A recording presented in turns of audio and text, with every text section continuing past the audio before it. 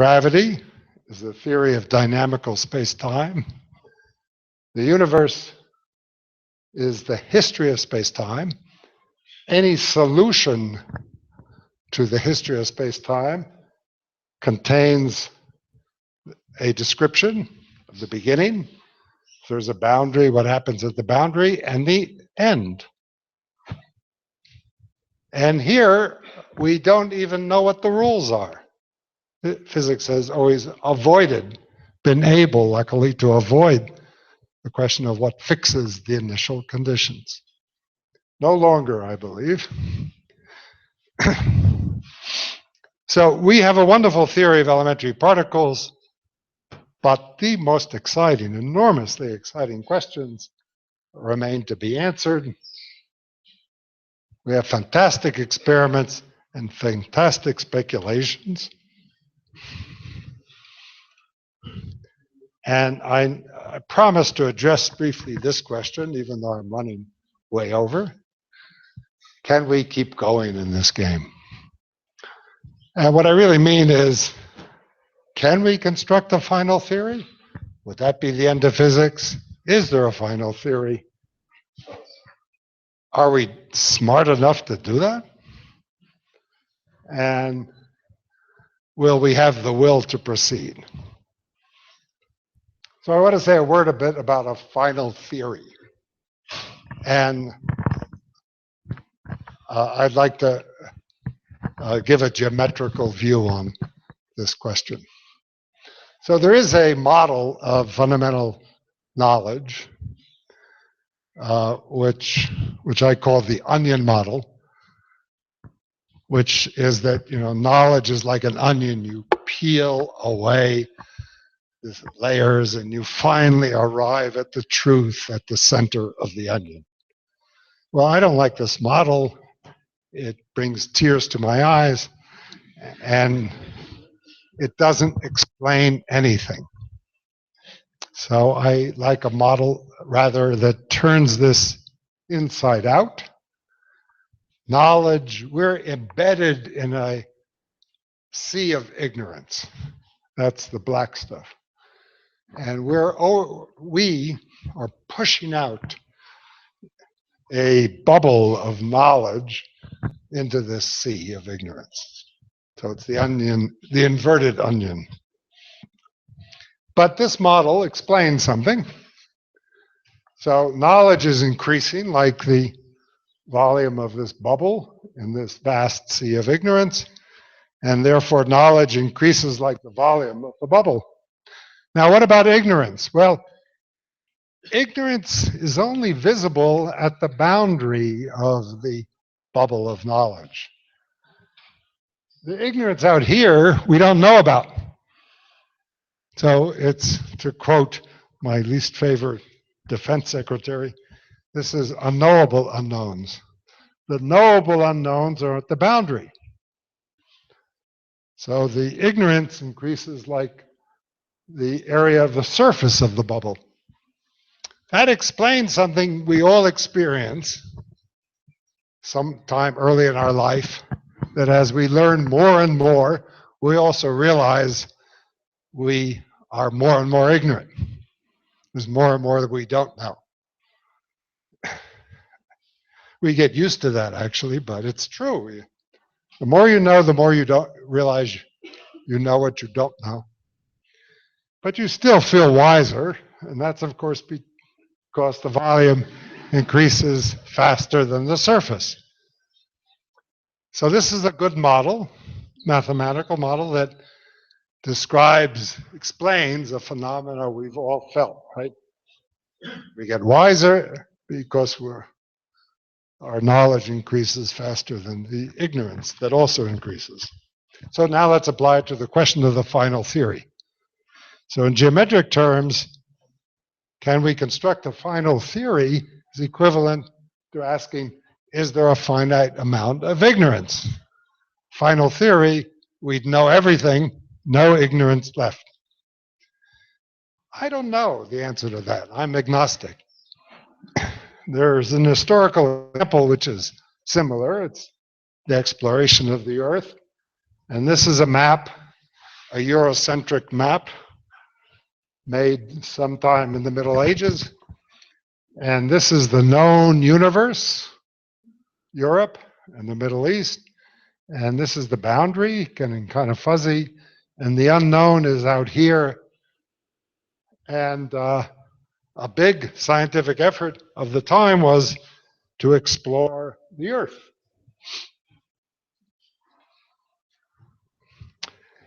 And if the Earth had been flat, as some people thought, exploration of the Earth would have gone on forever. But the Earth was round, so eventually we ran out of ignorance, and there's a final map of the Earth, at least at some detail of resolution. Explorer societies have shut down. There's a final theory of the Earth, roughly. So the question is the sea of ignorance compact? It could be that it's unbounded and infinite, and then there is no final theory, and you keep going. The knowledge grows, your ignorance grows. Great for science. But it could be compact and finite, like the Earth, and at which case there would be a final theory, just like there's a final map of the Earth with some resolution. So all we can say at the moment is that there is absolutely no sign of curvature. But otherwise, I'm totally agnostic, and I don't see how we can answer this question except by continuing to explore. Would this, of course, be the end of physics? Not really, because just like with the Earth, there's a final map of the Earth in some sense. But if you continue to look at the details of the structures and the particular environments, that goes on and probably will go on forever. And in the same sense, even if in the reductionist sense there was a final theory of physics, there is an infinite variety of physics at all scales to explore. The other question is actually quite interesting. Maybe we're just too dumb to find the final theory, if there is one, or even to find the theory of half of the Earth if it's compact. Why should we have the arrogance to assume that the human species at this point in the evolution of life on Earth has gotten to the stage where we can answer some of these questions about space-time, the beginning of the universe? We know that our fellow species, not that far removed from us, sharing most of our genes, can't, right? I've been totally unable to teach my dog quantum mechanics.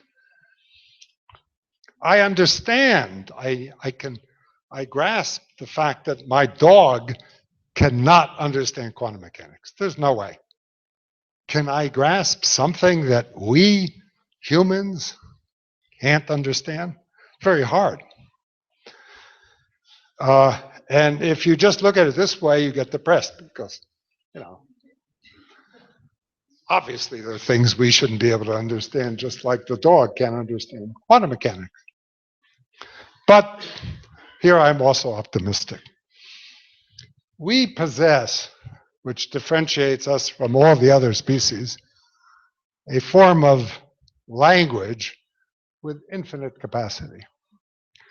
Chomsky once famously said that a baby who's hardwired to absorb language just from listening to adults talk can very quickly utter a sentence that has never been uttered before. Language has obviously this infinite capacity, and mathematics, which is the highest form of language, has clearly an infinite capacity. There are, however, infinities and infinities. Could be that even an infinite capacity is not enough to comprehend the structure of physical reality. So again, it's clear to me, however, let's turn to experiment. There's no sign that we're faced with questions at the moment that cannot be answered. The experimental test of this, I think one good experimental test would be the following. You ask yourself, how long does it take a good student in Bariloche to get an advanced degree and start doing research? Well, maybe it's gotten 1 year longer than it used to be. Maybe not. But I think if we were beginning to be faced with questions that are too difficult, it would take longer and longer and longer for young students to arrive at the frontiers of knowledge. That's not the case. As far as I can tell today, there are always a steady supply of brilliant young scientists who start working at these very difficult advanced frontiers just as it always was. We're not so far being faced with questions which we don't make rapid progress in answering. We might be in the future. Okay, but we can start changing ourselves. If we're not the final state of evolution, if more better brains are required, I have no doubt that we will start speeding up evolution and deal with that problem as well. So I'm optimistic. I think the biggest problem in going on forever in probing the fundamental structure of the physical world is that we would lose the will and the means to go on. Things get more and more expensive, require longer time, bigger effort. Society gets tired of this effort and doesn't support it. That would be a mistake. And all I can say is, I hope not. And end with Hilbert's famous remark, which is on his grave, we must know, we will know. Thank you.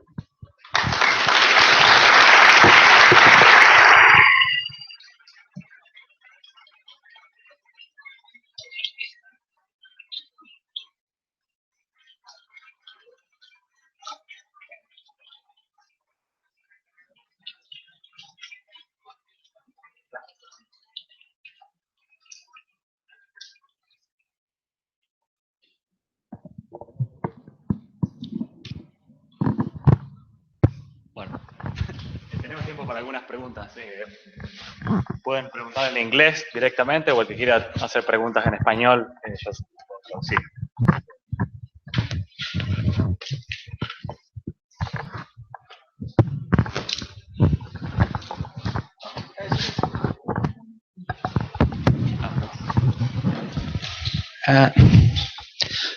First of all, I want to declare me as an amateur fan of the supersymmetry theory. And this is because I have the courage to answer you this question. I read from here and there that possibly if we have the chance to live in the multidimensional space, could be the uncertainty principle disappear?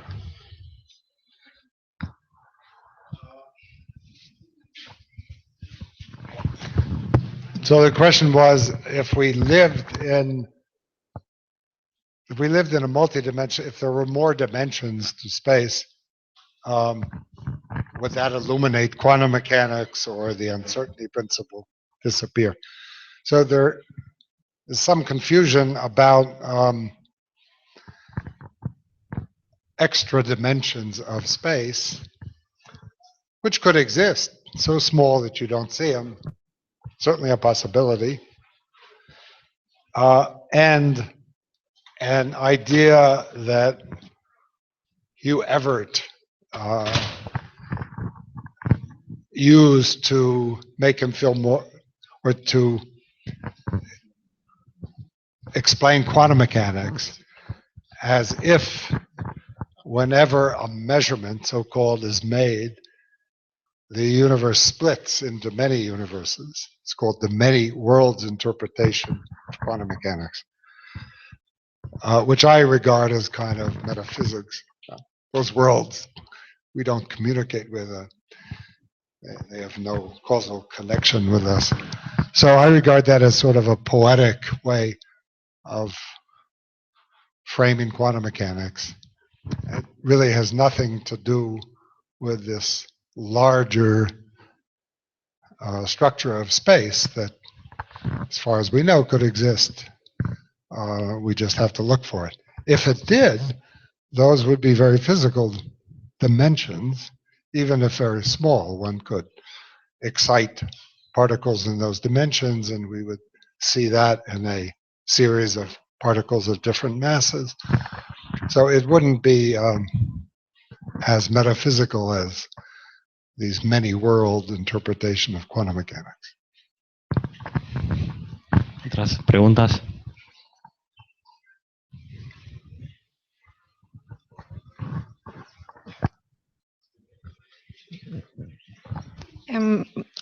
Maybe it's a basic concept, but it's something that fascinates me, is the time.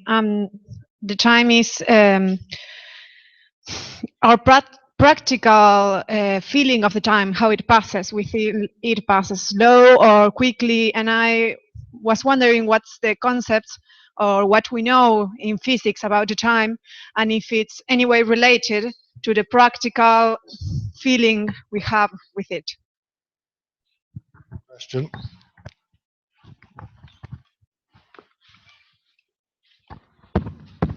Time is the most, in my opinion, the most mysterious of all of our physical concepts. You know, in our basic framework of physics, which I described, quantum field theory or relativistic quantum mechanics, Einstein's theory of the world is thought of as space-time. That means just like all points in space, all points in this room, we regard as part of physical reality at one particular time, like now.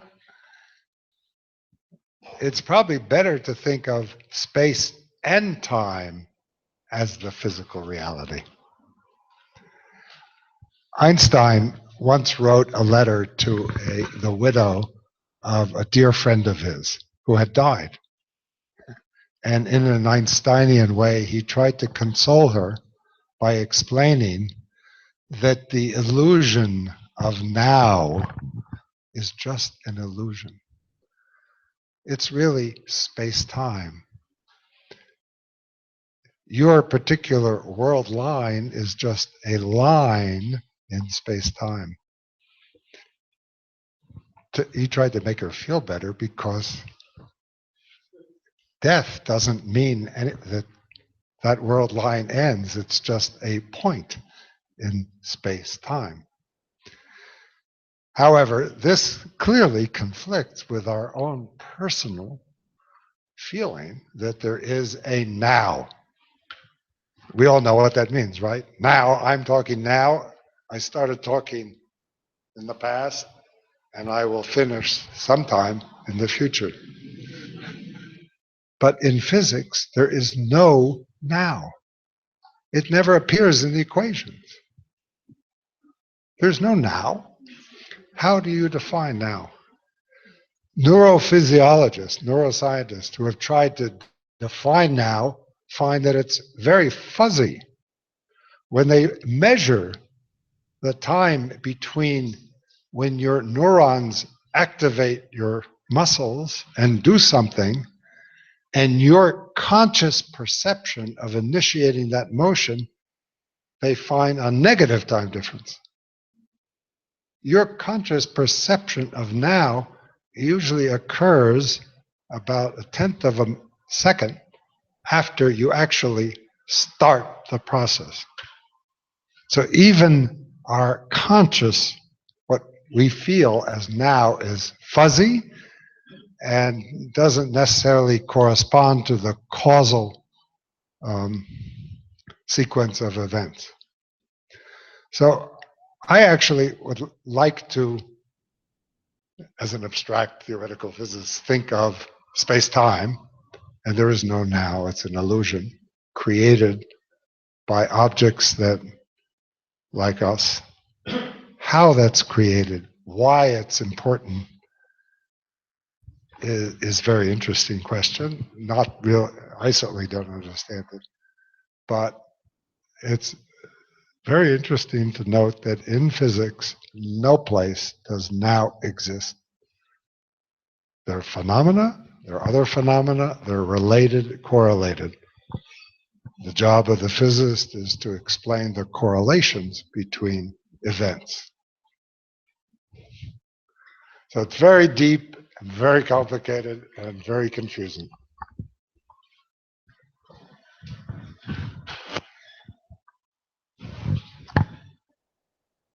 ¿Alguna otra pregunta?